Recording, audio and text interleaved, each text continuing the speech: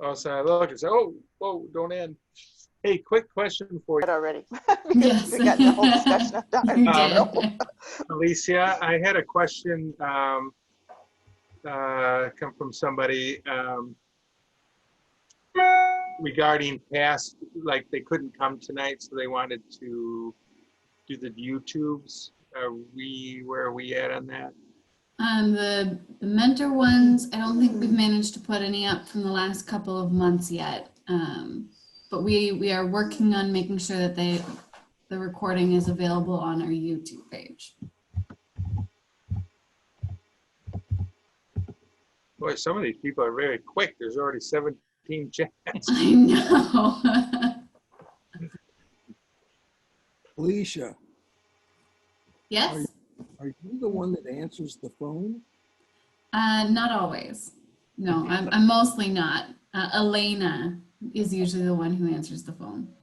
Just wondered about that. We have similar names. Her first name is Elena. Her last name is Wiernikowski. And my first name is Alicia, but my last name is Janowski. So we do get confused quite a bit. And I'm gonna say that I'm not too techie, and my engineer is disappeared to another part of the house. So I'm Sue from Gillen, Michigan. Thank you, Sue. It's okay. You can just come along for the ride. I have enjoyed all these Zoom meetings, but it's been a long time since I've done Zoom now. Yeah. So it's been really great. I've learned a lot.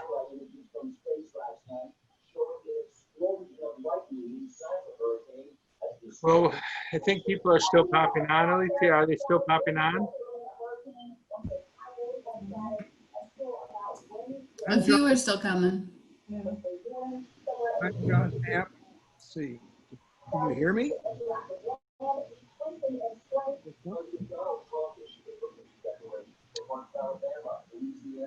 I even see Gary Mulder here today. That is good to see you, Gary.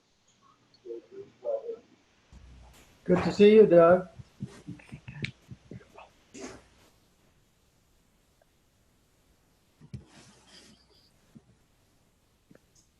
Hey, Doug, you got muted. Sorry. Can you unmute yourself? Yeah, I don't know, Gary, if you were, but we will be speaking at the evangelical gathering. I don't know if you knew that or not, remotely. Oh, that did work out. It did work out. Yep. Yep. So Delighted to hear that. thank you. So we've been in contact with them, with Samantha.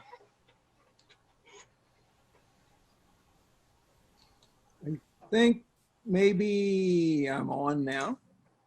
Yep. Montrose or Heart Lake, Pennsylvania, soon to go to Florida. John Knapp. And Marlo.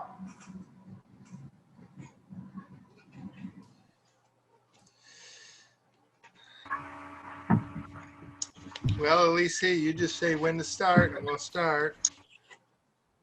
We've been steady for a little bit now, so I think you're good to go, Doug. All right.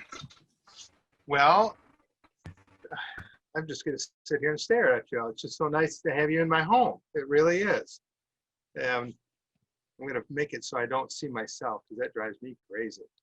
So thank you for coming into my home here in Michigan. And thank you for allowing me to come into yours again. This is always such a pleasure for me to meet all of you.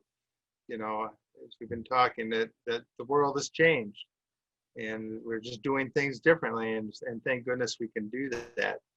I don't really have a lot of office updates from the last time. You know, we're probably at about half the staff is in the office now and half of us are working from home. And I think that's going to stay steady like that for now. Maybe a few more volunteers may be able to come in, but I think for now we've reached capacity as far as staff goes with the space and just the work and, you know, with the work that needs to be done. Just, you know, so that we can, you know, fulfill the governor's mandate here in Michigan because we're still we're still at a point where we have to consider the office officially closed. So if you actually came to our office, the door would be locked. So we're not a public building right now. But I do have something to share. It's kind of a milestone happened this past weekend, at least for me in the ministry, is that, for the past 6 months or so, in fact, Gary, the last trip I did was with you in Washington, D.C. We haven't been traveling at all as a ministry. Nobody's been going to any churches or anything like that. But we actually trialed something over in Troy, Michigan at North Hills Christian Reformed Church, where they actually hosted the art show and had that there. And it worked out just wonderfully. Everybody was fully masked. I felt very safe there. And it was just so refreshing to actually meet with a group of mentors to talk about the ministry and why is it important to serve those behind bars, and also to talk about the beautiful art pieces that go on that art show. In fact, Ellie was telling me today that they're almost at a point where they can have 2 of them going at the same time. So we look forward to that. So who knows? Maybe we can open up at least from driving distance from our office. Maybe we can try it again. And if you have an idea, we'd love to hear about it. So I think planes are off limits for a while. So so up until this point, in fact, we went, what my goal was to this point was to introduce you to the ministry at a much different level than you're normally exposed to. Many of our contacts with you are through emails or phone calls with Elena or Jose. You get your lessons and the materials that come with that. And my goal was to actually introduce you to who's actually in the office and what they do. And I found it interesting for me because some of the things I didn't even know some of the people did, which was interesting. But I hope you've enjoyed the staff and learning a little bit about them and how your ministry actually gets those lessons to you and processing and all the different pieces that go with that. So starting tonight, we're going to take a different avenue and would really like to broaden what we talk about and actually have some coaching or teaching opportunities. And I thought, well, let's start with one of the most important pieces of what we do, and that's the lesson. And so tonight I thought we would do half, and then next month we'll do the other half, because I thought it's also important that we actually get to the why we do what we do from a biblical perspective. And because the letters are such a key piece. It's one thing to do the Bible lessons. The Bible lessons are wonderful, and really teaching them, helping them, guide them through the Word of God. But really, people really respond when there's a relationship involved, and for most of us that are relational, we really get that when there's a relationship, it changes all things. So tonight, I'm just going to go through the first half, and then at the end, I would like to open it up, not only for questions about Crossroads as a whole, but maybe you have some ideas or some prompts that came to you about, what I'm talking about in the letters that maybe you can share with each other. Okay? So when I look at the letters, and letters, as all of us really know, have really become a lost art. It's something that we used to do. Many of us, including my age bracket, that was something that we did as a family, and that kind of waned off. But for me personally, it became part of my life when I became incarcerated. It was something new and just really life-changing for myself. And really, it's an opportunity and more really an obligation that we have to be the reflection of the church behind prison walls. And, and when I was kind of thinking about letter writing and how we as mentors, how we as the church should approach our letters and how we start to engage the men and women that are incarcerated, I was thinking about Paul's word to the church in Galatians, where he says, "Therefore, as God's chosen people, holy and dearly loved, clothe yourselves with compassion, kindness, humility, gentleness, and patience." I really believe that if we approach our letters in that way, if we approach our students in that way, it'll carry us a long ways. And so really, there are other ministries out there that do Bible lessons. Forgotten Man does them in Michigan in the jails here. There's some others, but the one piece that really sets Crossroads, your ministry Crossroads, apart from other ministries that do correspondence biblical teachings, is the letters that go with it. And that's why we place so much emphasis on what you're writing to the students. And so we have to ask ourselves, why do we write letters alongside of our lessons? Why would we do that? And so do you have that first slide? We'll go through the slides. And I think number one, I believe one of the most important things is that our students feel that they are remembered. They are remembered as a person. I know each of us, I mean, it lifts our hearts when we know that we are remembered. We're remembered by our loved ones. We're remembered by friends we haven't seen for a long time. And for myself, and many of our students, when we're incarcerated, our world is flipped upside down and we feel so alone that when that letter comes, it is just so refreshing. And so when I think about remembered, we go to one of our core verses here at Crossroads from Hebrews 13, verse 3, is that continue to remember those in prison as though you were together with them in prison, and those who are mistreated as if you yourselves were suffering. And another reason that we write letters is to encourage and to challenge. And that verse also comes from the author of Hebrews 10. And let us consider how we may spur one another on toward love and good deeds, not for giving up meeting together, as some are in the habit of doing, but encouraging one another. And all the more as you see the day approaching. You'll often hear me speak about encouragement, the encouragement that is so uplifting and so important to those that we serve. But I also think about the challenge that we can offer. And sometimes you'll see me write about challenge your students. And I often think about, well, what is one of the best ways to challenge somebody? And it's often in that phrase, have you thought about? Another one is, ask them, how can you put this into your life? How can you use this, what we're learning in these Bible lessons? How can this be life applicable? And there's just different ways that you can challenge them.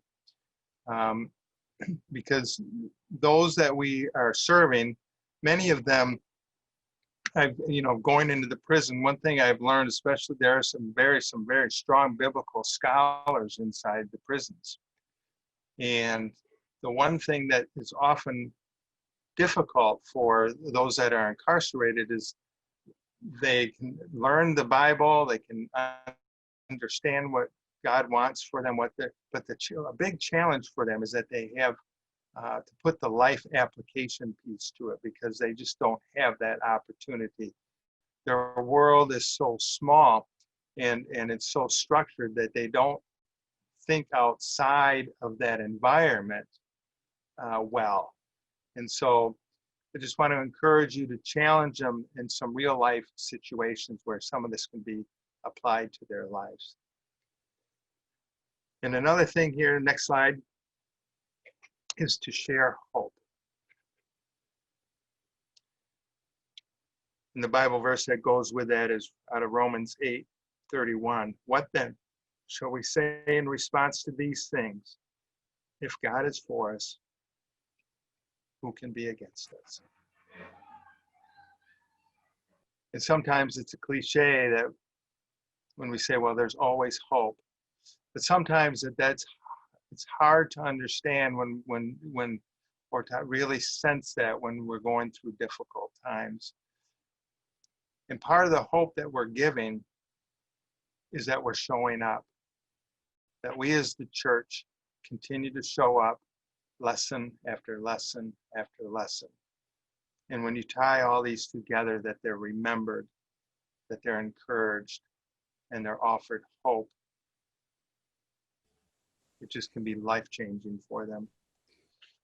And then lastly, it's for ourselves, our own personal journey.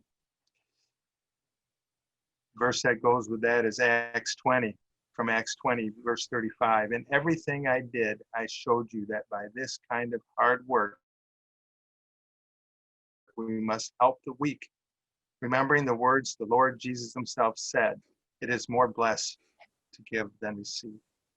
And I so often hear from many of you that when you started Crossroads, you were hoping to give something.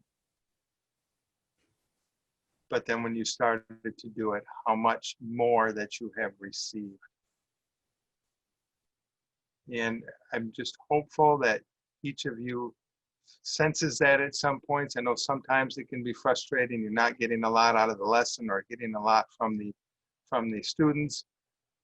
But really, it goes to the point when that we are visiting the prisoner, which we're doing each and every time we send in a lesson or you write them a letter, is that we are truly visiting the prisoner.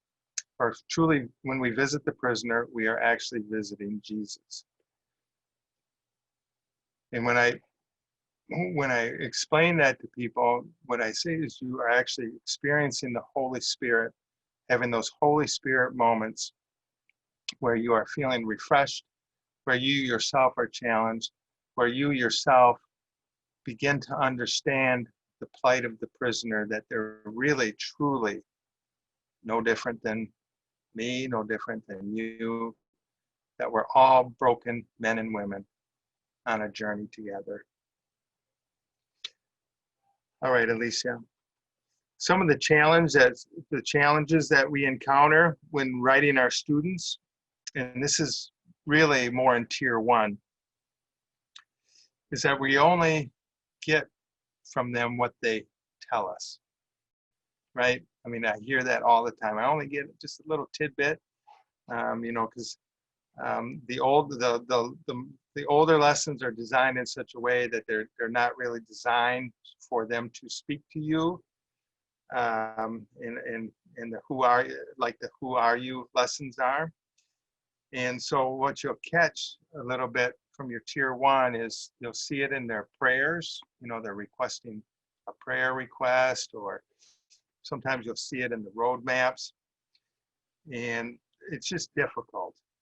And so one of the ways to get around that, I think, is that if everybody asks their student a question to share it with their next mentor, that could kind of snowball a little bit. If we asked a couple of questions that they could share with their next mentor, that hopefully we could catch a better glimpse into who we're serving on those that are on that beginning track of tier 1.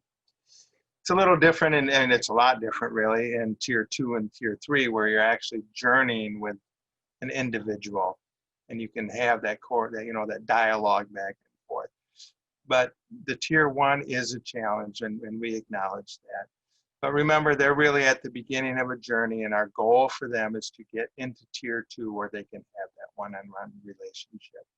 And for those of you that are doing tier 1, I want to encourage you to explore, and not doing tier 2, I want to encourage you to explore becoming a tier 2 mentor for a different type of relationship with your students.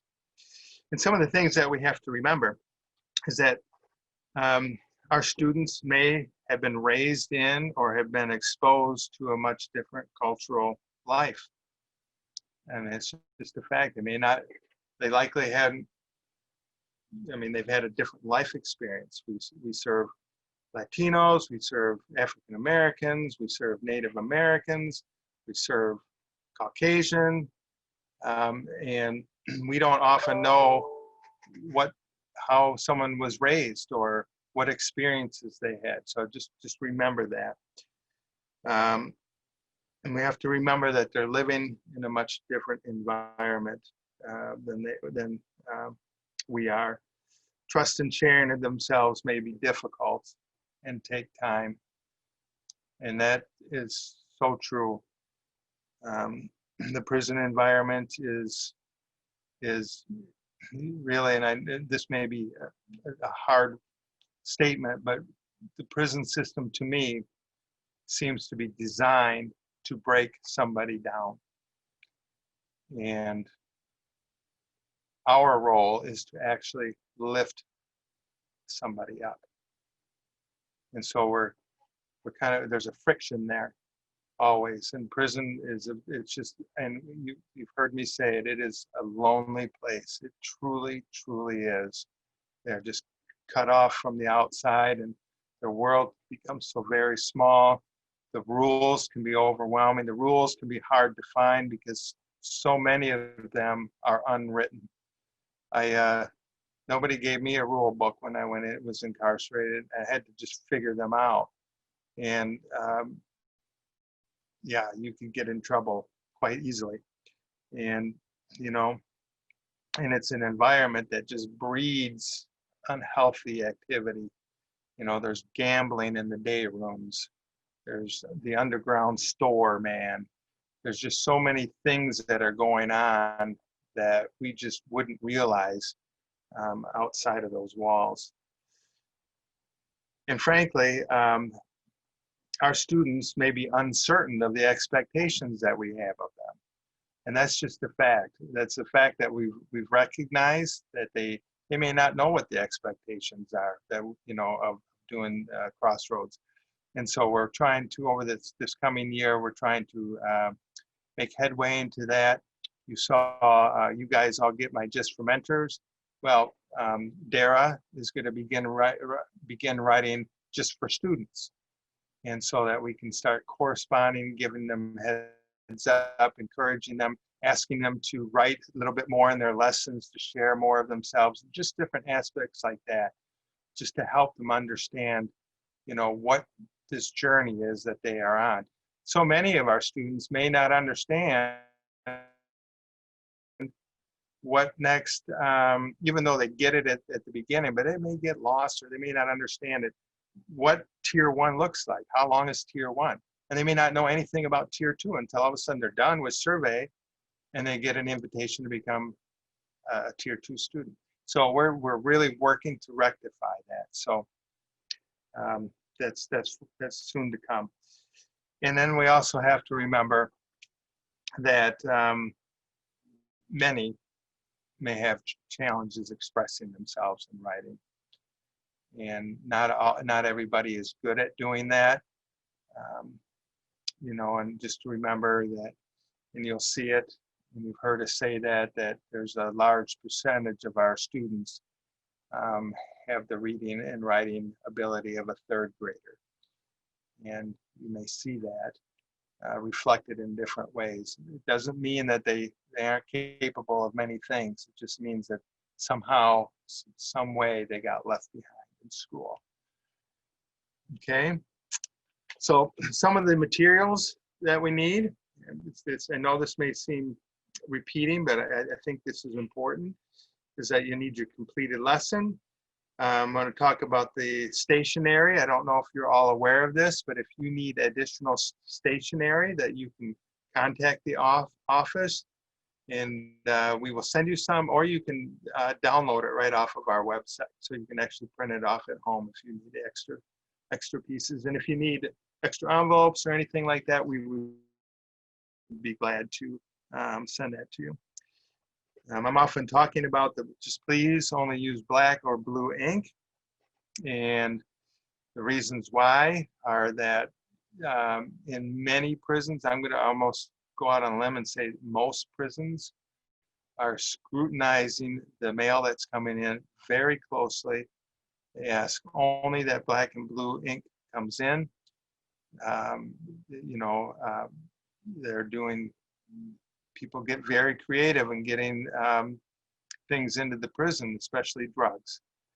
And you may have heard me say they'll melt down crayons, put liquid drugs right into it, reform the crayons, and it just goes on and on. They'll put things under stamps. They'll put things on the glue, that you glue your envelope with. So the prisons, usually when they run into a problem, they go all out trying to correct it. So they'll go overboard in trying to keep things out of their prison. And so, and we've been saying it often enough that we've actually been looking at how well the mentors have been doing with the black and blue ink. And I think we're at 97% or something like that are using black and blue ink. So thank you for doing that. It keeps the lessons from getting rejected. And I just so thank, because when I started here, it was an issue. And I think that you've all grasped onto it that we just can't be doing that. So thank you. And then I'll talk a little bit about printing versus cursive. As we've discussed before, cursive is no longer taught in the schools. And also, so sometimes it's hard for, and your handwriting cursive, if you're not as familiar with cursive or see it as often, it can be harder to read than printing. So we ask that you print if at all possible. If printing is difficult or your handwriting is challenging to read, or maybe you have tremors, just go ahead and type it if that makes you more comfortable. But we do ask that if you do type, that you actually handwrite a little something on there, sign your name, or just put a little phrase on there in your own handwriting, because we all know that when we get a letter that's written to us in somebody's handwriting, their own handwriting, it makes a big difference in how that letter is received. All right. So let's talk about the letter itself. So really, in my mind, there's really two types of letters. There's a more formal business type letter, and then there's an informal type letter. And we at Crossroads write informal type letters, which are more relaxed in their nature. And in an informal letter, there's really, for the most part, I know people do it differently, but for the most part, most letters will follow with a heading, an opening statement or paragraph, the body, which is the main part of the letter, and then the closing. So as we begin to think about our letters, and I'm confident that all of you do that, go ahead and have a prayer before you start that letter, and ask for the Holy Spirit's involvement in that. And then move forward. When you do that, move forward. Please do this. Move forward with the confidence that the words that you are writing that day are the right words that needed to be received when that student gets those words from you. I've heard it so many times from our students, how those were the right words for that day. So just move forward with that confidence. So I'm going to talk about two parts of the letter today, and that's the heading and the opening. And really, they're the two easiest parts in my mind. So really, what is the heading? How do you start a letter? Well, I wrote down 4 different ways. You guys may have a few different ways as well if you want to share. I mean, you can write, Dear Douglas. Hello, Douglas. This is one that I use, but I don't use my name. It's a privilege to write you, Douglas. And I hope you are well, Douglas. So just a simple, short opening, friendly, doesn't have to be formal, just short and entry. And then as we start thinking about the letter, we have the opening paragraph or section. And I actually, I was looking in how Paul did it in a couple of his letters here. You know, in Galatians, I mean, he's really poetic, I got to tell you. But he writes, to the church of Galatia, grace, so this is his opening paragraph. Grace and peace to you from God our Father and the Lord Jesus Christ, who gave himself for our sins to rescue us from the present evil age, according to the will of our God and Father, to whom be glory forever and ever. Amen. Pretty awesome. Wrote a little like prayer in there. And in Philippians, the next book, says, I thank my God every day I remember you. In all my prayers for all of you, I always pray with joy because of our partnership in the gospel from the first day until now, being confident of this, that he who began a good work in you will carry it on to the completion until the day of Jesus Christ. That's how Paul started his letters. It's pretty awesome. You can start them like that, or you can start them a little more simply about it, because really you look at it as it's really setting the tone for your letter. It's setting the tone. It's really an opportunity to open up with a sharing of yourself, to open up your life to who you're writing. It's not really small talk. Some may think it is, the things that I'm sharing.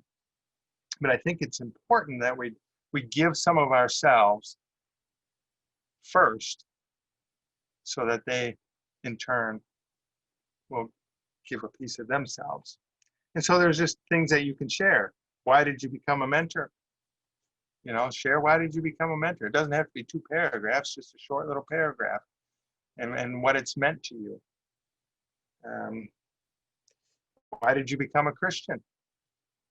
Some of you may have been Christians your whole lives, but you still have a little story in there about being a Christian. It's an opportunity to share things that may be going on around you as you write. Share about the weather. That's awesome. Because you may be in a whole different region than they are. It may be snowing like cats and dogs or wherever they are, and it may be sunny and warm, and that's okay to share that. Share a piece about what the sky looks like to you. Maybe, you know, what you saw on a walk today, or, you know, something funny that happened to you today. Just something what you may think is very simple is really refreshing for those that do not have the opportunity to experience some of that. And really, they are kind of living through you, getting a piece of the outside world vicariously. And you may have heard me say that I have not met a student or a prisoner yet that does not want to hear about what's going on outside of their prison walls. They long for it. I'm going to tell you, they crave for it. So I just encourage you to do that. And then last is things that you have had to adjust to in this pandemic season, because we've all had to make adjustments. And in some respects, we've had just a taste of what our students are going through every day, just a taste. We have to remember that our students can relate very well with what's going on with the pandemic. I just corresponded with the prison that I go into this past week. I was asking them how things are going. I was encouraging them as staff. And he says, well, we're doing okay, but the prison next door is not doing okay. They had 600 people. They have 600 people in there that have tested positive. And so, you know, our students do not have the luxury of distancing themselves. They just have no control over their environment, and they actually have to just go along for the ride. And it can be very scary. It can crop up fear. It can crop up anger that they're being exposed to something that they feel that they shouldn't have to go through. And so it's okay to talk about the pandemic because they are acutely aware of what's going on. So that's kind of that. And so next time, we're going to cover the body of the letter and which is the core of what we want to communicate with our students, and then the closing. And so, yeah, as we do that, I do want to hit on one thing though today before we open it up, because it's become more challenging. We've been hearing more from our students and catching some of this, that we are living in a very volatile time. I don't ever recall in my lifetime it being this volatile in our world, both politically and racially. And our nation, sadly, and I'm just heartbroken over it, is just divided. And so I just ask primarily to the tier 1 mentors that if you can refrain from talking about it from an opinion standpoint, because it doesn't matter to me which way you lean, but from an opinion point of view, because we have to remember, going back, that we don't know where our students are in their thinking. We don't know where they are culturally, what they've been raised in, or what they believe. And I we don't want tension there. It's different though with your tier 2 and tier 3, where you can actually have a dialogue about it. So that's fine if you do that. But I'm just more protective of our tier 1 students right now. Tier 2 and tier 3, much different. You can have open dialogue. You can listen to each other if you have opposing views, and opposing views and discussions are actually healthy. So, okay. So I think that's it from our little teaching moment here. I hope it was worth your time. And so I'd like to open it up. And if you have any thoughts on the letter, or any thoughts that come to mind, or even anything ministry-wide, we can open it up for a little while. You want to give? I did get a question in the chat. We were talking about, you know, tier 1 and tier 2. One of the questions that came in was, if a tier 1 mentor begins tier 2, should they / can they continue with doing tier 1 lessons?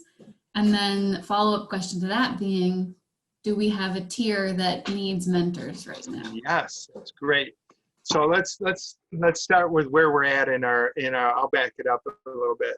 So many of you, so right now, we, you know, with the pandemic, we were not recruiting new students. We just didn't have the capacity to do that, you know, and so our student population kind of leveled off, and that was at a time when we said, well, okay, can everybody just do 1 student if you're a tier 1? We're starting to get to the point now where we can actually, and we'll make word of that, if those of you that like to do more than 1 lesson a week, you like to do 2, sometimes some of you like to do 3, we'll get there probably sooner than later, I'm hopeful. As far as tier 2, we have a very short waiting list right now of mentors. So if you came on as a mentor for tier 2, you'd be put on the waiting list right now. there's not a lot of people on it, so you wouldn't probably wait that long. So I encourage you, if you want to explore that, go ahead and call the office, talk to Elena or Jose, or you can email me, and we can talk about what it would look like for you to become a Tier 2 mentor. I strongly encourage you to really pray about it and think about becoming a Tier 2 mentor, or even a Tier 3 mentor, to actually journey along somebody one-on-one. And to get to the answer, you can, so if you're a Tier 1 mentor and then become a Tier 2 mentor, we encourage you to continue being a Tier 1 mentor and a Tier 2 mentor at the same time. Because we have to remember those lessons from your Tier 2 student will probably come to you every 3 weeks, 4 weeks, 5 weeks. So you can fill that void by still getting those Tier 1 lessons. And then when that Tier 2 lesson comes, then you would not get a Tier 1 lesson that week. Does that make sense to everybody? So you would become a Tier 2, you'd get your Tier 2 student, we would hold that Tier 1 lesson so that you can then do the Tier 2. And then the next week, you would continue with your Tier 1 lessons. Could you, Thanks. in a couple of words, say what Tier 2, how that's different from Tier 1? I can. Responsibility? Yes. So for those of you that are not familiar with our tier system, which could be true because we get new mentors every week, or and so Tier 1 is more, I look at it more, excuse me, got a little frog in my throat. The Tier 1, I look at more as a group mentoring, where, we as the church are mentoring one person. So they will, just like you see a different student every time, they will see a different mentor every time.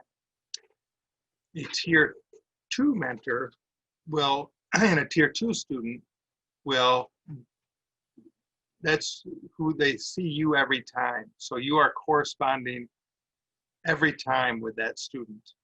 So you're actually going through the Bible lessons, and your letters then will start taking a different look to them because you're actually developing a relationship, a one-on-one relationship with them. It's kind of like one-on-one mentoring with that student. Does that make sense? I'll add to that a little bit as well. In terms of our curriculum, the Tier 1 curriculum is much more introductory. And as you get into Tier 2, the style stays the same, and there's questions and answers throughout the lesson, but it's a little bit deeper. It either focuses onto a specific topic, or you go into a little more depth on some stuff that was explored in Tier 1. And as we're adding new courses, of course, you'll continue to see that. In the educational world, you call it scaffolding. You build on what they know as they go through the tiers and the courses. Our next question comes from Cheryl. Cheryl, you can unmute yourself and ask. Are we supposed to type the questions out somewhere? You can type it in the chat. You can raise your hand. You can let me know in the chat you want to ask a question. I'm not sure if you guys can see it, but I can see that Cheryl raised her hand, so that's why I'm going to Cheryl next. We'll leave time for you, don't worry. Oh, yeah.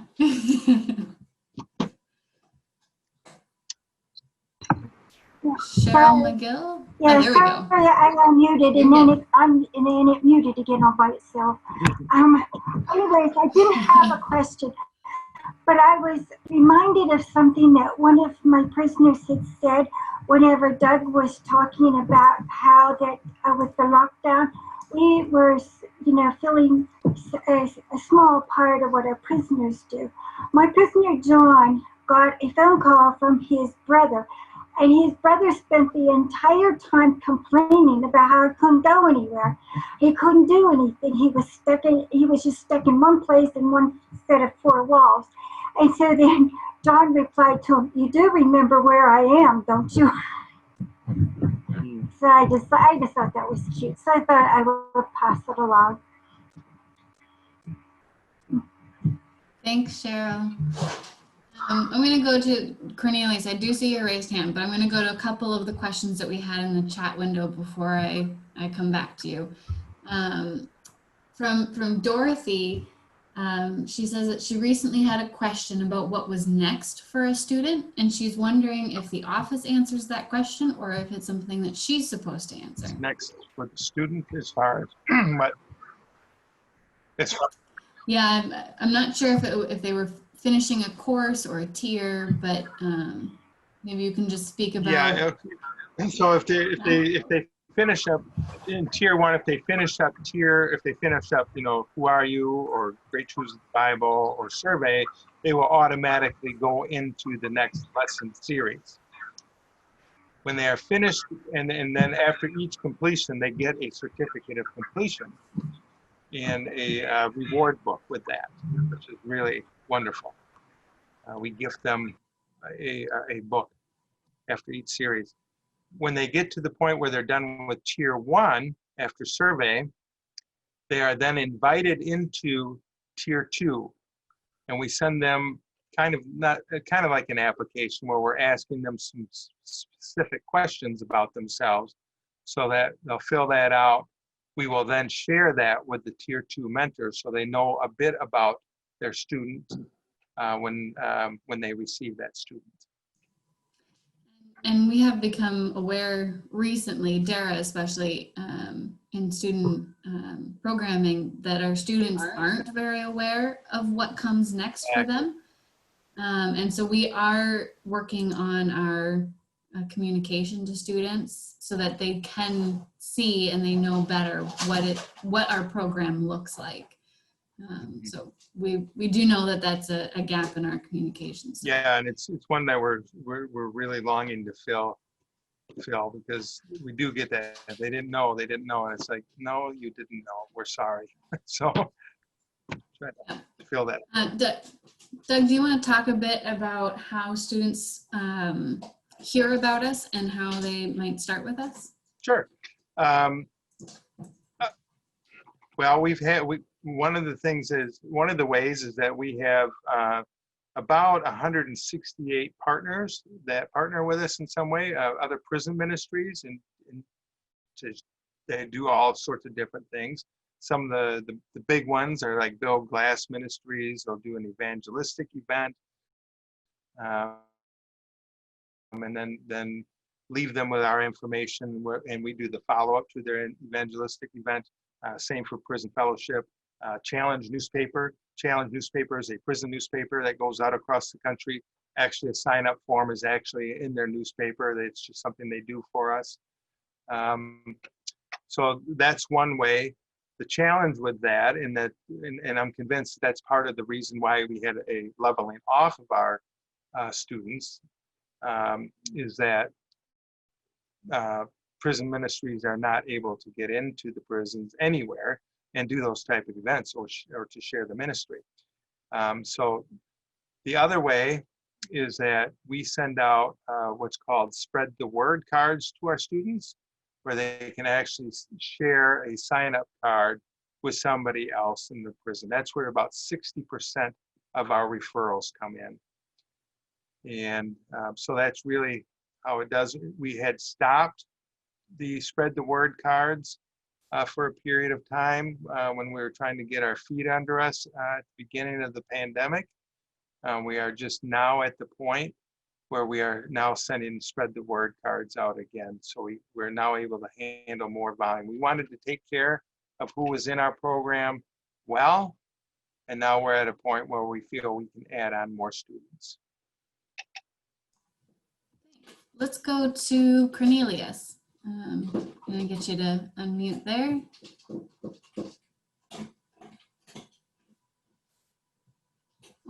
No, we don't quite hear you yet. You gotta find the little microphone button somewhere. See if that helps. I think that. There we go. There we go. Doug, I would like to share with my brother and sister mentors a technique that I use in almost every letter that I write, and you tell me if you think it's a good idea.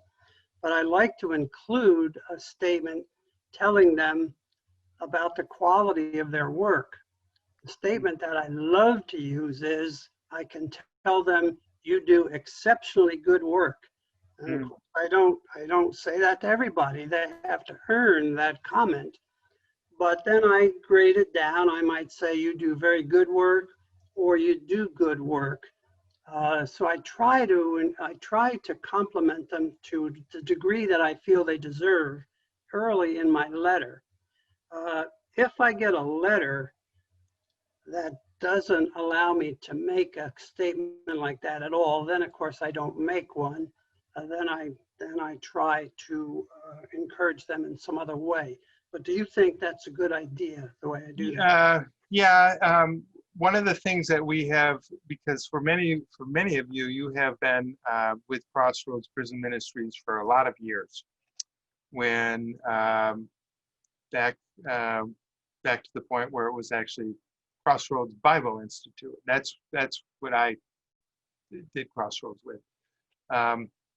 We have been shifting over the past number of years, for about 4 years, to and it wasn't that the old way was in any way negative, but we've been really shifting how we approach our students, more in that we're doing a Bible study together versus more of a teacher-student type, that we're actually journeying together.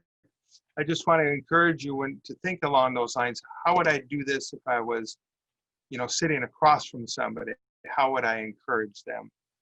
We wouldn't grade them on their Bible lesson. But I hope from all of us is that they get encouraged, because, so many, we don't know where they're at in their walk, their knowledge of the Bible many times. We don't know, what their education level is. And the best thing that we can do is encourage them. And then maybe in those instances, maybe you can use some challenge words. I want to challenge you on this, or I want to challenge you on that. That type of approach. So I'm not saying it's wrong. I just say maybe you can shift your approach a bit, so that it isn't more teacher-student, but that it's a bit more of you're guiding somebody through a Bible lesson. Thanks, Doug. Carol, I do see your raised hand. I'm going to go to a question that was in the chat first, and then I'll come back, because I like Janet's question a lot. She asks if she can send in a letter to have it critiqued. Wow. I know. I would be honored if you did that. Yeah, and in fact, I could even pass it around a little bit in the office. If you're daring enough. Okay, then how do we send it? You can send it. You can send it to the Crossroads address that you have. That was Box 900, PO Box 900. But put my name on it. Put Attention Douglas on it, and I will get it. Okay. Good idea. That's fun. All right, Carol, go ahead. Yes, I in comment to how do we get a sense of who the person is to whom we're writing, if we're tier 1 people. I'm reading a wonderful book called Prison Ministry that is subtitled Understanding Prison Culture Inside and Out. And I've discovered that there's a lot of great information. It's written by a former prisoner. Who's the author? It's I don't know how to pronounce the last name, but it's S-P-I-T. Yeah, Leon, right? Yeah, and I have a sneaking suspicion that it was sent to me by Crossroads at one point, but I can't confirm that. It was simply on my shelf and I rediscovered it. But it's pretty extensive in describing prison life. And although it's pitched toward people who are going in and out of the prison in some kind of ministry capacity, the way you are, Douglas, with your actual prison ministry, yeah, it really does provide some insight into what our tier 1 people might be experiencing and so forth. And in terms of, in response to how to approach writing a letter for tier 1, I usually pay real close attention to how the writer has communicated him or herself, and use that as a basis for what my own letter looks like. So if I can spot a difficulty with literacy, for example, or anything like that, then I try to make sure that what I'm doing is also at the appropriate literacy level. And the other thing, I'm caught by your comment about approaching our letter writing as though we were actually in a small group Bible study with them. I'm a long-term coffee break leader. Oh, okay, yeah. And so that is exactly how I approach my letter writing too. And my first sentence always is, what a privilege it is to read what you've written, and how much I've personally enjoyed walking through this lesson and listening to your voice in it. And then usually, it's really not very difficult most of the time to find something in the lesson that has also personally impacted me. Yes. And to let the writer know, this, what you said in essay 3 or whatever has really spoken to me personally as well. And then maybe I have the freedom to expand on it personally a bit as well. And I find that I easily cover 2 pages, a page, back and front of a letter, of a piece of stationery that way. Although I will say that I have really bad handwriting and I can't print. So I'm thrilled that you are now encouraging me to type. Yeah. So those are my suggestions about ways in which to approach letter writing that might touch a chord with somebody.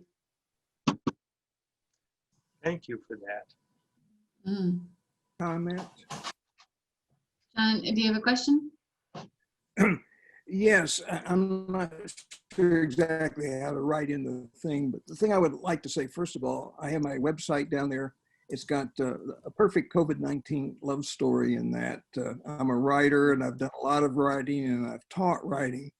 I don't want to hog the screen here because there's too many other people with questions, but I have about 5 or 6 things I would love to talk to Doug or somebody about that I think could have a bearing on this. I've done about a dozen letters so far to people, but that's going to be it. Will there be it? Are we going to just be suddenly cut off after an hour? No, we'll stay until the end. In fact, yeah, thank you. You know what, just to answer your question, I would love to hear from you. Just email me at mentor@cpministries.org. So the mentor email, I don't know if Alicia put it in the chat window or not, but just email me and we can talk on the phone.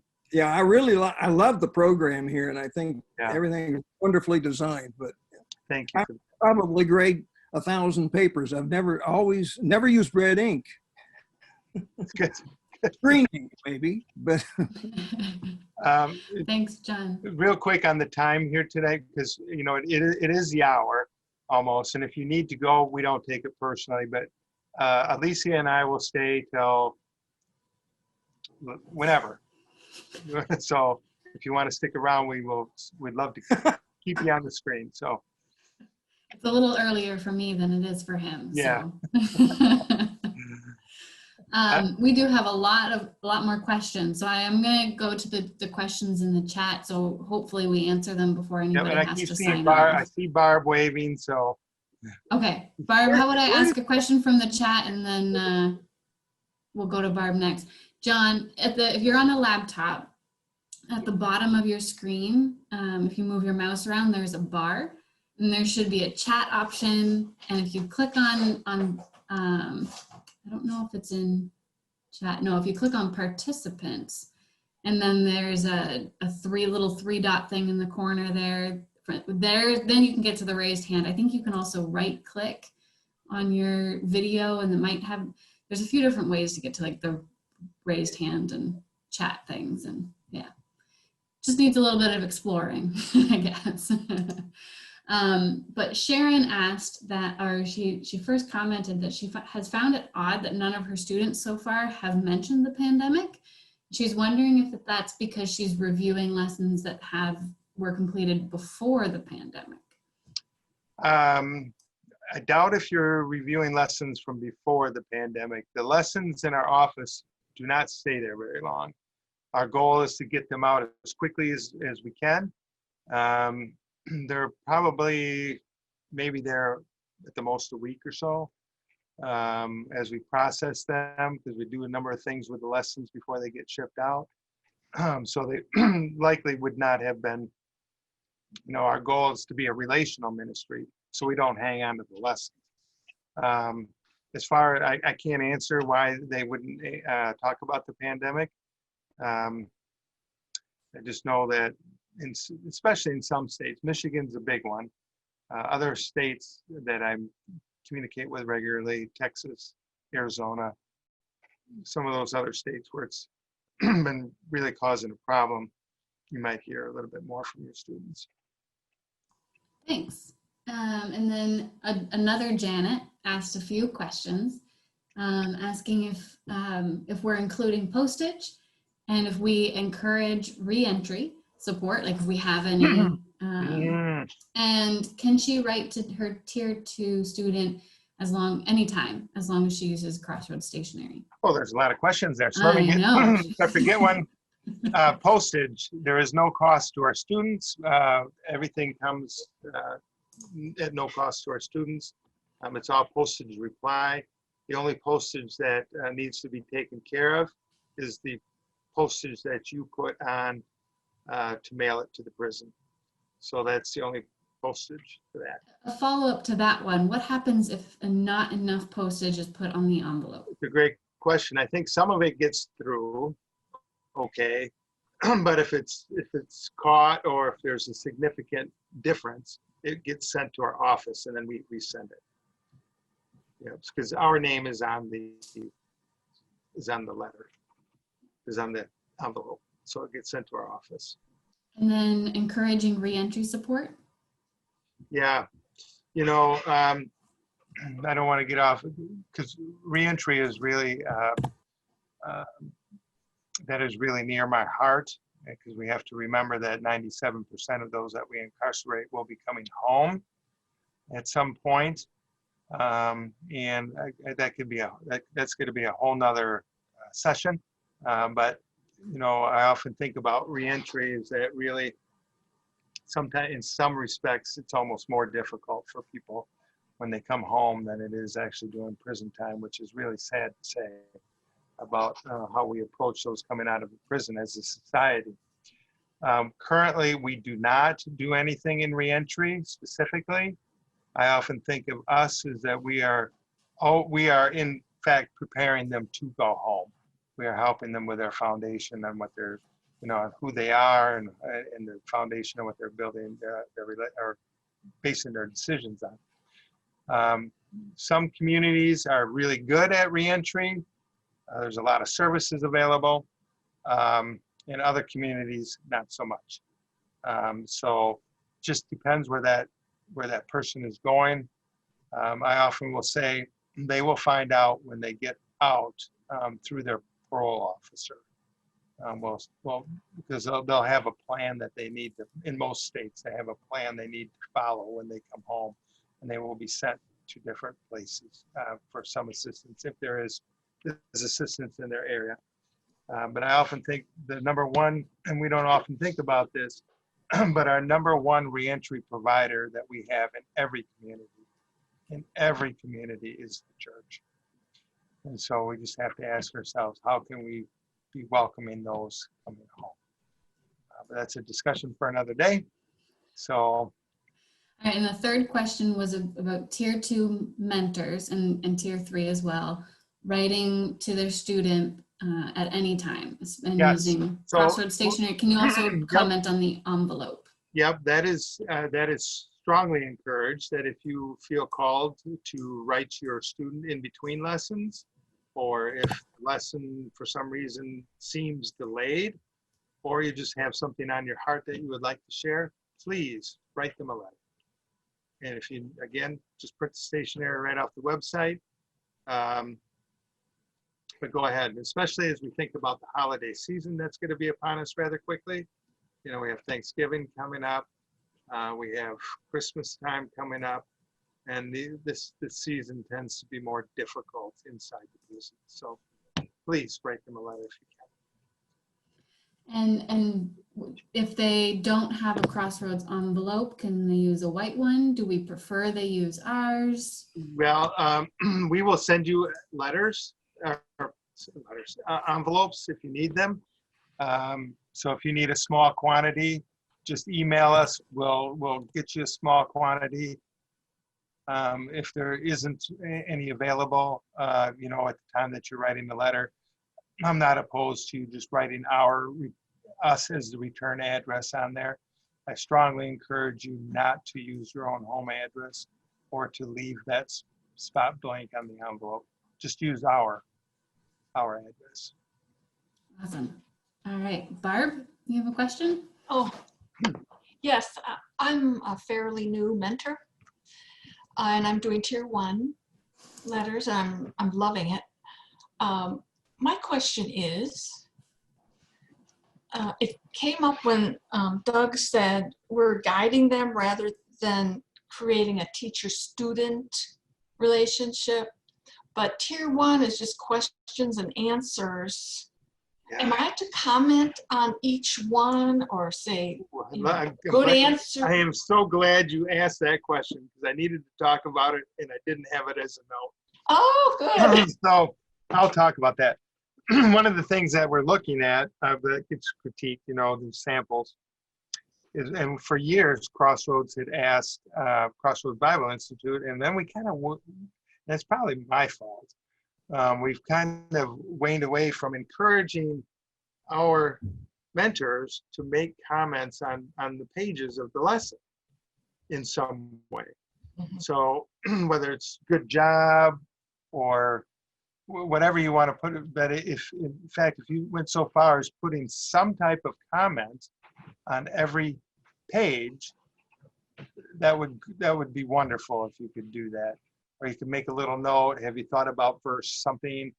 Yeah, Or, that's what I've been doing. Yeah. I didn't want to make it like, no, please. so I'll even add a scripture, maybe go, have you, this Yeah. kind of explains that, and I like the way you said that, or something like that. Yeah, so I just think, yes, please do. And I'm so thankful you asked that question because I've been remiss in encouraging people to do that. Just mark the living daylights out of that box. Oh, okay, Just mark the living daylights. just mark it up. Okay, Mark it up with some good stuff. and I put a little smiley face or something, Well, thank you, I appreciate that. Mm-hmm. We have a question from Muriel. She asks if there's a way to get a sample of a tier 2 lesson so they can get an idea of what it's like.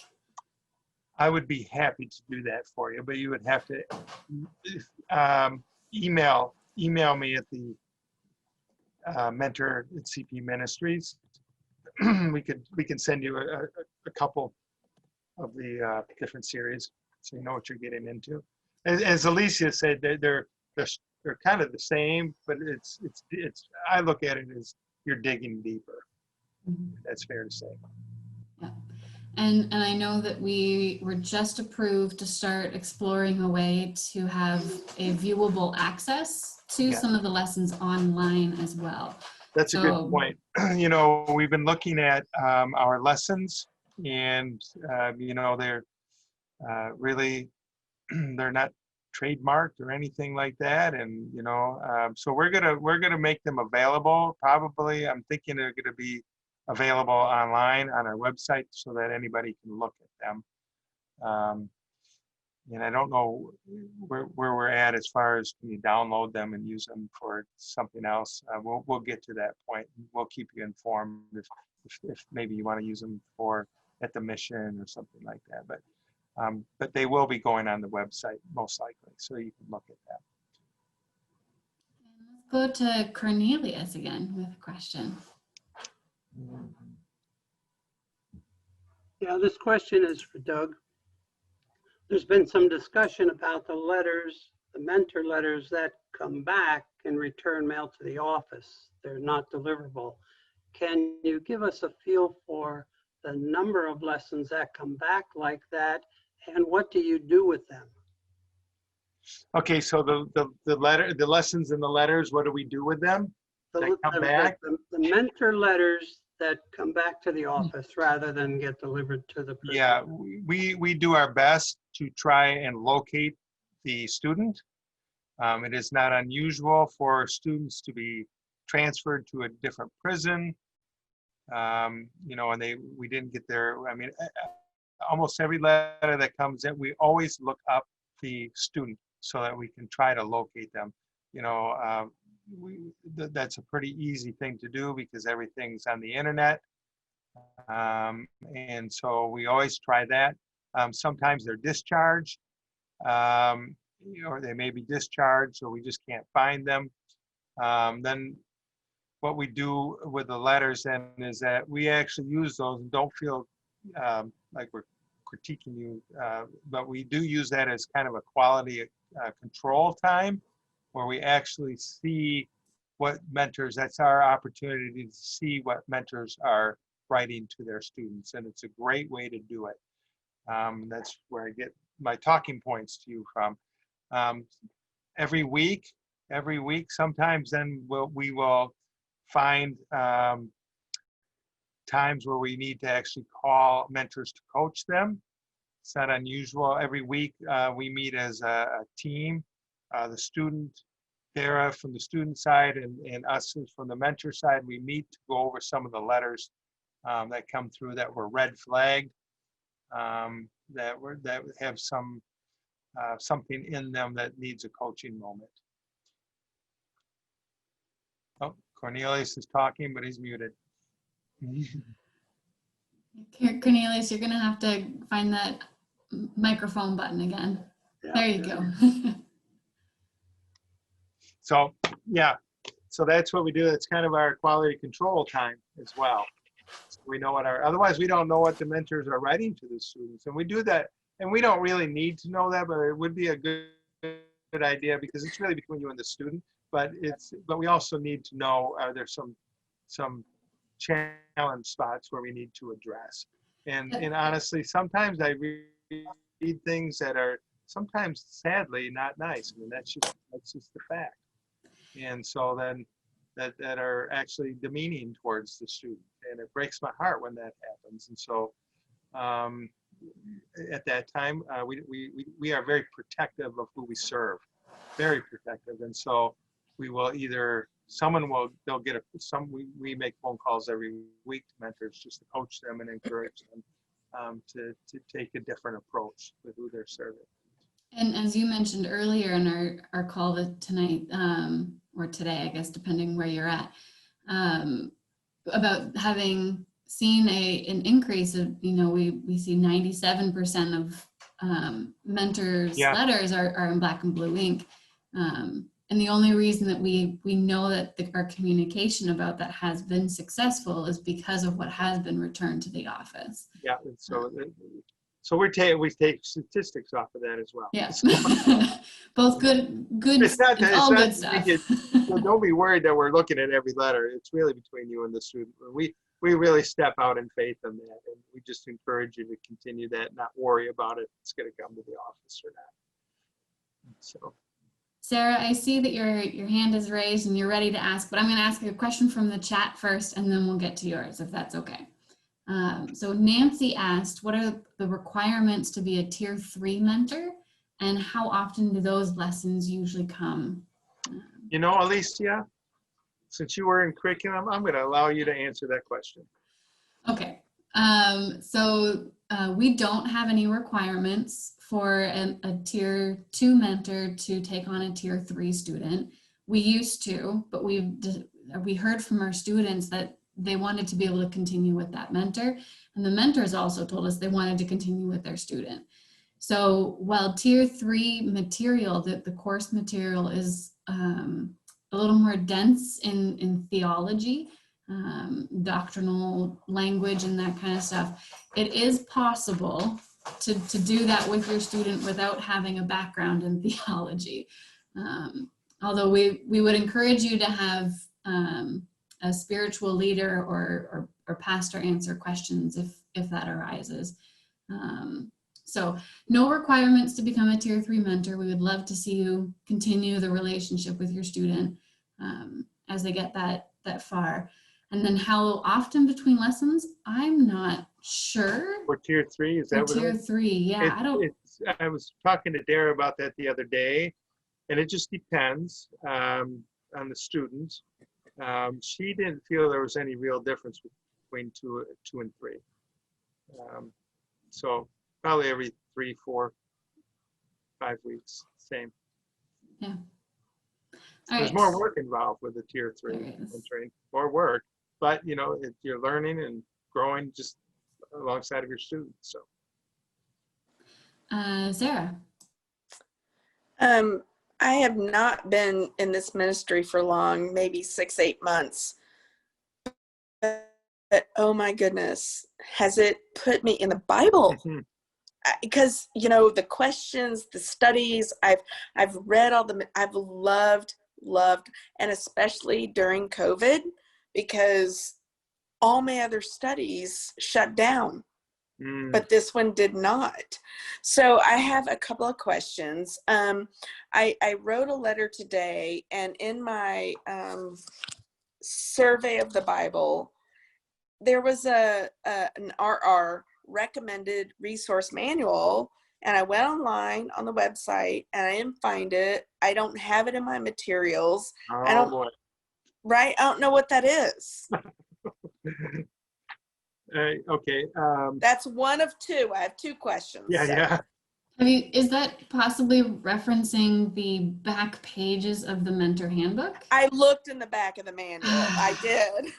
So I recommended resources maybe from Our Daily Bread. Could that be? Yeah. I don't have Our Daily Bread. I did not look that up. Oh, okay. Doug, I'm wondering if that's an old edition.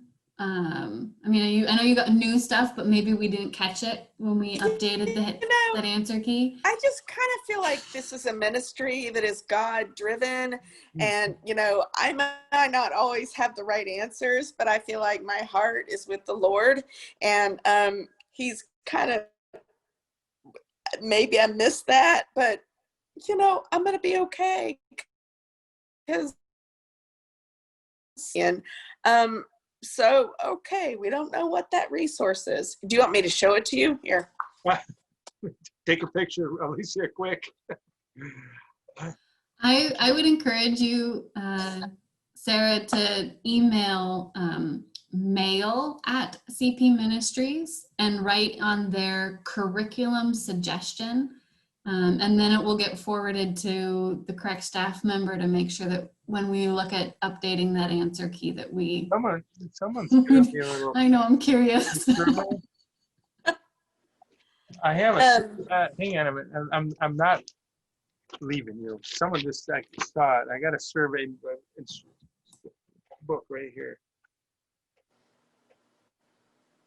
Go ahead. I'm going to just kind of page. Okay. So I missed the seminar, and I'm not going to be able to see it tomorrow because I have another appointment, but is there a way online that I would love to learn from the letter. I came onto this late because I had something else going on, but I'd love to see the letter writing seminar. Yeah.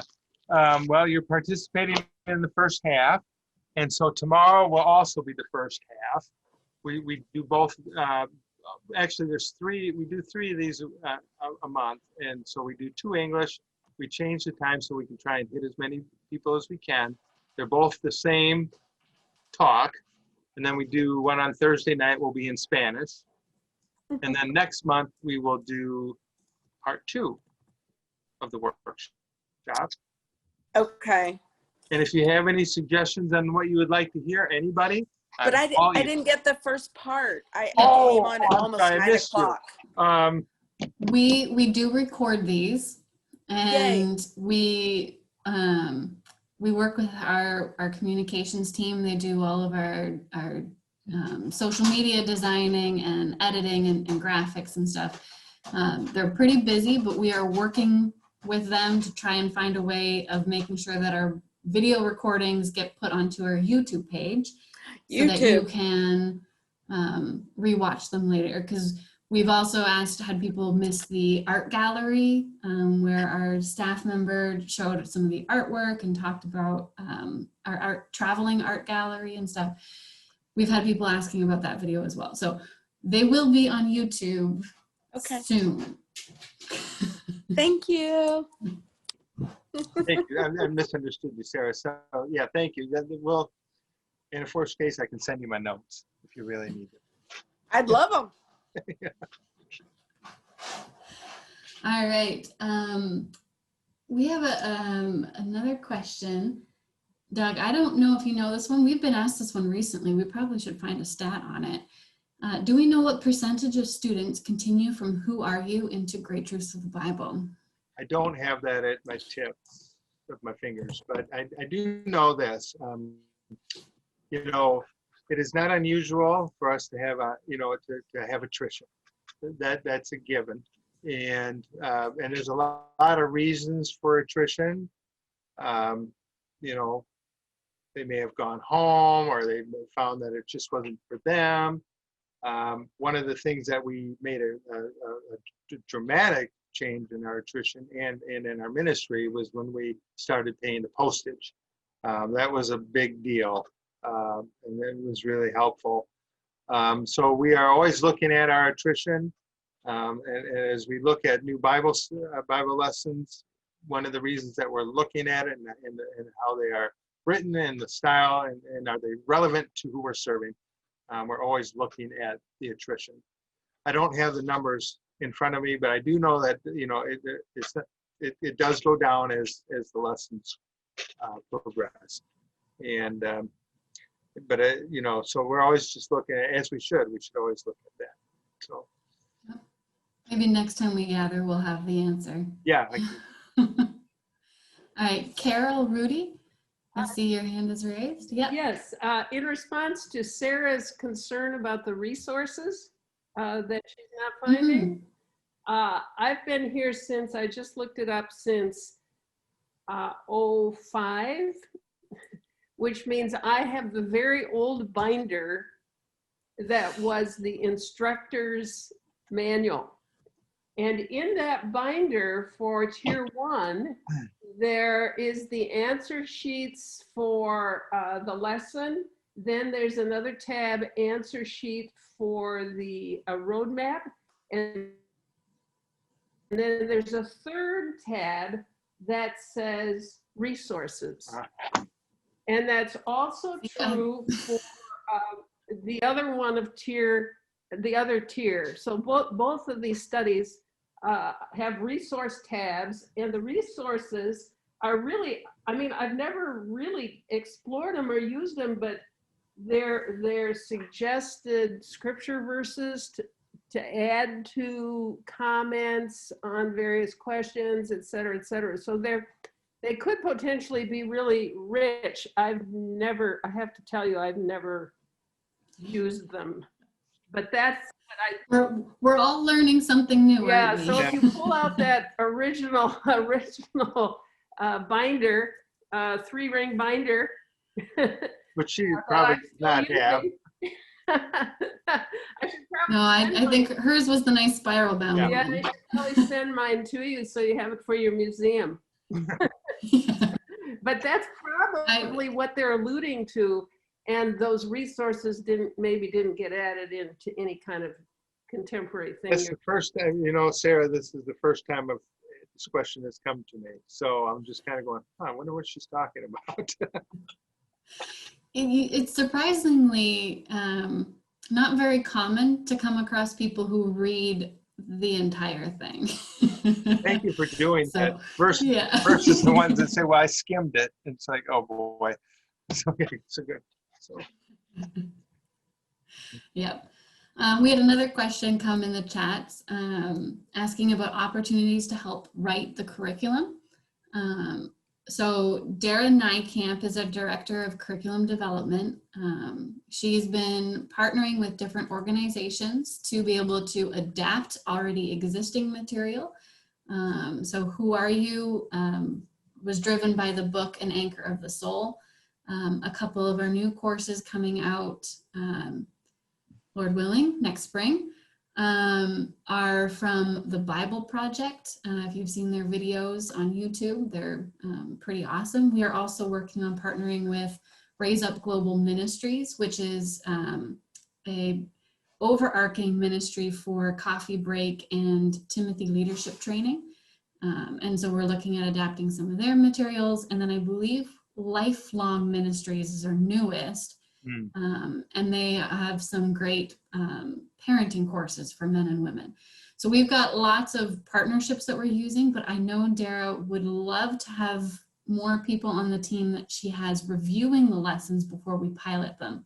So if you want to email mentor@cpministries.org and just write in there, I want to help with curriculum development, it will get forwarded to the right person on Dara's team. And yeah, she's got a great team if that's something you want to. Because we send it out for an educational review to make sure that the reading level is appropriate. We send it out for theological review to make sure we're not saying anything we shouldn't, teaching anything we shouldn't. So we do a lot of reviewing with our material before we launch. So I'm sure she would love to have you on the team if you want to. So, and then we have another question in the chat. I never received a lesson packet from a student that was sent in August. So what happens? Was it recorded, John, in the portal that you were sent a lesson? I think I see you saying yes. So Doug, what happens? Yes. Well, I'd be curious to see where it went. I don't hear that very often. I guess we should probably try to find out because we want to honor our students. Would you mind emailing that? I can do a little background on that. I'd be glad to do that. I just don't have I've got her lesson number and everything. It just says that there's no report been made. It's an Amanda. So it was sent to you and you never received it? That's correct. My initial thing is, did it get lost in the mail? I don't know. We've been having mailing challenges in our country, which is very real because we've noticed that our mail is much slower in getting our mail from the post office. But yeah, go ahead and email. We can do a look and find out. May not find an answer, but maybe we will. And so just shoot us an email, and I'll make sure that Jose or Elena gets back to you on that. I have changed locations, but I had a dozen that I usually do right away. Yep. So that's the only one. Yeah, that's good. Tier 1. Yeah, that's good. The only one I didn't get. Yeah, I can't answer that. I don't hear that very often. In fact, I think you're the first one that I've ever heard it from. So, which is good. But we can take a look and see where it went, if it went anywhere from our end. On the student side, once we receive their lesson in the office, they're automatically sent the lesson. That's not dependent on you reviewing the lesson and sending it back out. So that student is still continuing their studies. Yes. Yeah, you can have the solace that your student is still being served, because as soon as their lesson comes, what she's saying, as soon as it hits our office, they get another lesson. Okay. Yeah. So they're still in our program. And then your other question, John, you asked a student identifying 3 other persons in their facility that wanted to start lessons, and she passed on all of their information.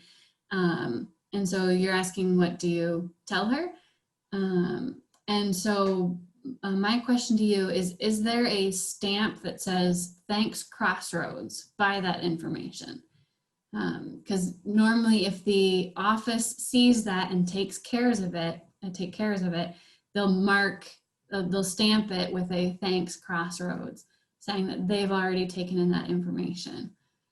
If that stamp isn't there, can you email those specs to mentor@cpministries.org? I think you're sending Doug a very long email. Yeah. And then we'll get that rolling for them.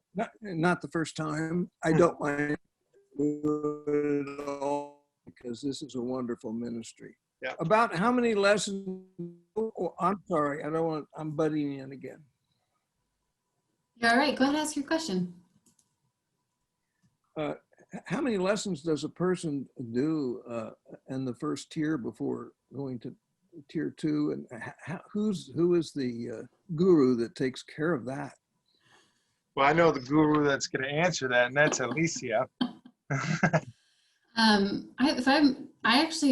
Is it 26 lessons I in think tier 1? it's 26, yeah. 26 lessons currently in tier 1. We are, with the courses we're launching this spring, we are hoping to potentially shorten that up so that our tier 1 students can move to having a one-on-one mentor sooner in our program.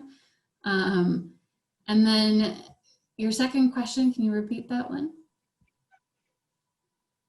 Oh, who handles all of those like, do you mean who handles the sending the lessons to the mentors and all of that kind of stuff? A decision, am I on here? Yeah, yep. A decision is made by somebody to say, hey, part 2, we got to go there with this person.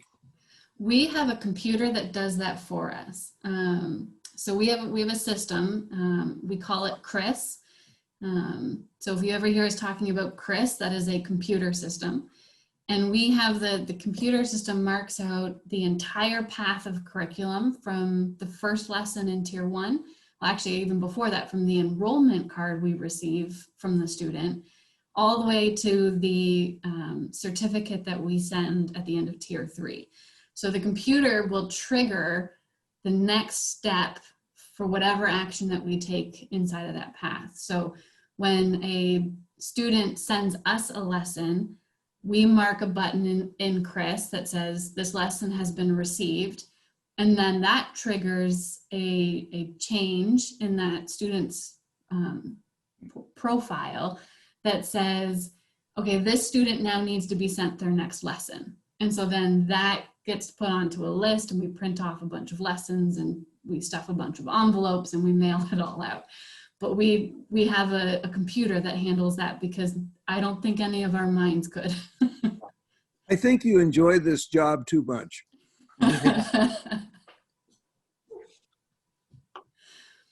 My brain likes systems, so I understand Chris. I can't do what Chris does, but I understand Chris. Alicia is a project manager, so that's how her brain works, unlike mine.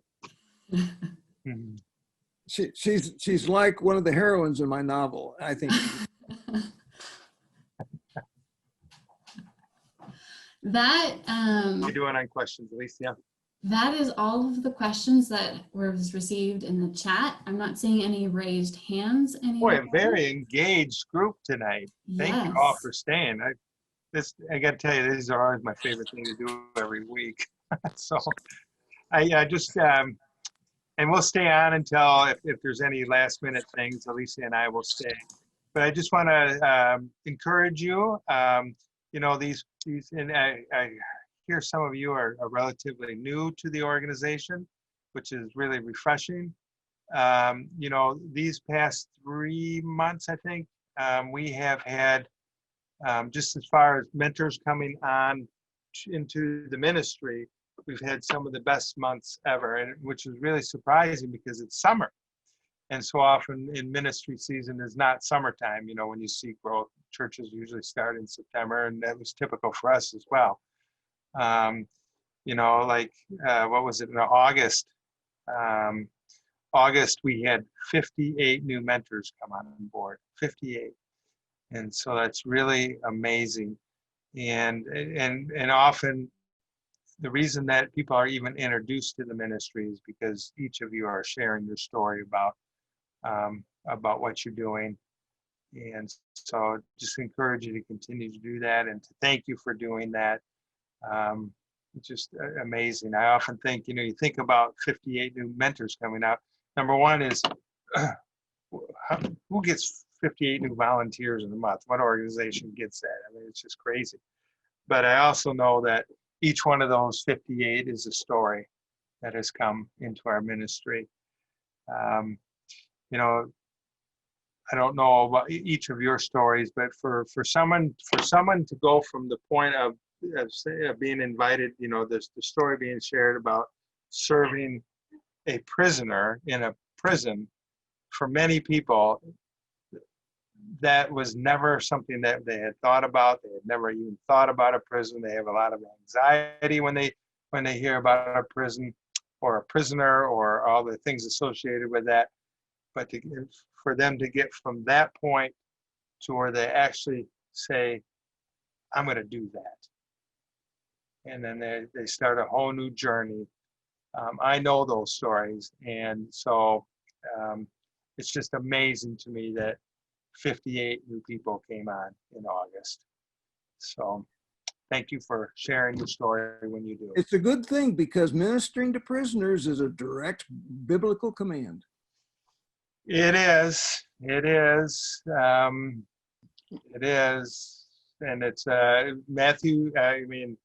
One of the most direct is Matthew 25, and I'm not going to hang here very often, but that's a pretty serious chapter. It's very serious, but it's also very life-giving chapter about some of the reasons. Because I often will say, some of what I see as an unwritten piece of the that when you go visit the prisoner, we need to go visit the prisoner. It's not only for the prisoner, but it's also for us ourselves to really understand our own brokenness as Christ followers. So that's one of the unwritten pieces that I get out of it. That doesn't mean anybody else has to, but that I see that it's not only written for that, but it's written for us as well. So now, if I want to write directly to you, how do I email that? How do you email? What's the best way to do that? So the simplest way is just through the mentor email that was given to you, the mentor at cpministries.org. Alicia just threw it up there again. That will go to Elena or Jose. They discern the emails that come into the office, and they'll shoot it to me. Okay, good enough. Thank you. Mm-hmm. All right, so I guess that's a close. Thank you all for hanging on. This has just been beautiful, and we'll stick around. And then, so if you want to come tomorrow, come. But other than that, we'll see you hopefully next month. If you have anything further you want to correspond with the office, just do that. If you have any questions for me, would love to answer them via email. And I even love your comments, because I always feel encouraged when you send me a little note. So thank you for tonight, and we'll just hang on till it's all closed. Amen.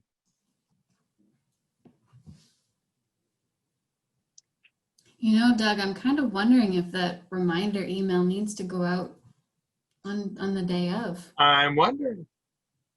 Because we had a nice turnout this evening. Okay. We did. Definitely. Can I ask you a quick question? Yeah. Absolutely.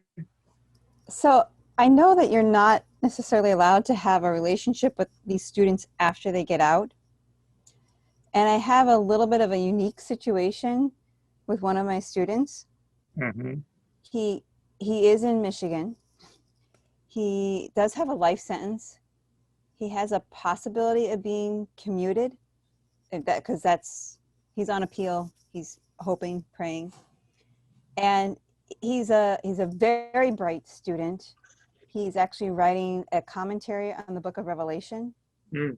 I mean, we're having deep theological discussions, and it's wonderful and it's great. I mean, he's challenged me, and I'm like, I would love to see what you've written.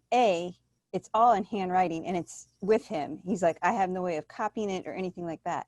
But if he were to ever get out, he's like, I would love for you to be able to read it. So he asked, like, is there any way that you could do that? And I said, well, I will have to ask Crossroads if there's a way to make that happen if he should even get out. Yeah, should he get out? I appeal to you. I get appeals from people, and there are reasons that we put I'll call them rules, but recommendations in place. It's for your safety, and because of just who we're serving, and so I encourage you not to meet with them afterwards. I know some people have, but if it's a one-time thing, I would be happy to somehow get involved with that so you could get that. Should he get out? Yeah. I mean, there's kind of some he ifs could do there. it through. He could do it through us at the office, and we could get it to you. Okay. So yeah, you've journeyed with him a long ways. We would do that to honor both of you. So yeah, that would be the most honoring thing that we could do for your relationship, I think. Okay, because like I said, there's several ifs in there. I mean, where is he from here in Michigan? oh, this is my memory now. He is, oh great, I can't remember what prison he's in. Oh, you don't know where he's from originally, though. No, he is from Michigan. Oh, okay. Like the Lansing area. Okay. So yeah, he would stay in, I'm assuming he would just go somewhere in Michigan. Yeah. In all likelihood, he'll go back to where he came from. Oh, he's in the Thumb prison. So, but yeah, I wanted to at least abide by my word, telling him that I would ask and figure out if there was a way. And I haven't even gone past that in talking to him, but. Yeah, and that might be a moot point for a little while. Right. Yeah, because those types of things take, sadly, our court system is so slow. It's terribly slow. And so. Okay. Just keep lifting them up as it goes through the process. He actually had COVID. He tested positive for COVID. He didn't have any symptoms, but he said actually, because he's been in prison for 25 years and they put him in an isolation cell, he said that was worse. His 3 weeks in that isolation cell was worse than his 25 years in prison. Awful, awful, awful. It just broke my heart. Well, our whole isolation and our that whole system of that is just, it's just awful. And it's just the thing that I so hope we get away from across this country. And, because we are not designed to be by ourselves. We are designed to be in community. And when you put somebody into a isolation setting for weeks, years at a time, it does damage to people. So my last quick question is, do you know when you'll do the second part next month? Do you know a date yet for the? Yes, we do. Okay. We are keeping it on the same. Alicia, it's still confusing me. Well, we're keeping it on the same calendar schedule. So for our English calls, it will always be the third Tuesday and the third Wednesday of the month. Tuesdays will be at 8 p.m. Eastern, Wednesdays at 3 p.m. Eastern. Okay, thank you. If you want to join Spanish, it's on the third Thursday of the month at 8 p.m. Eastern.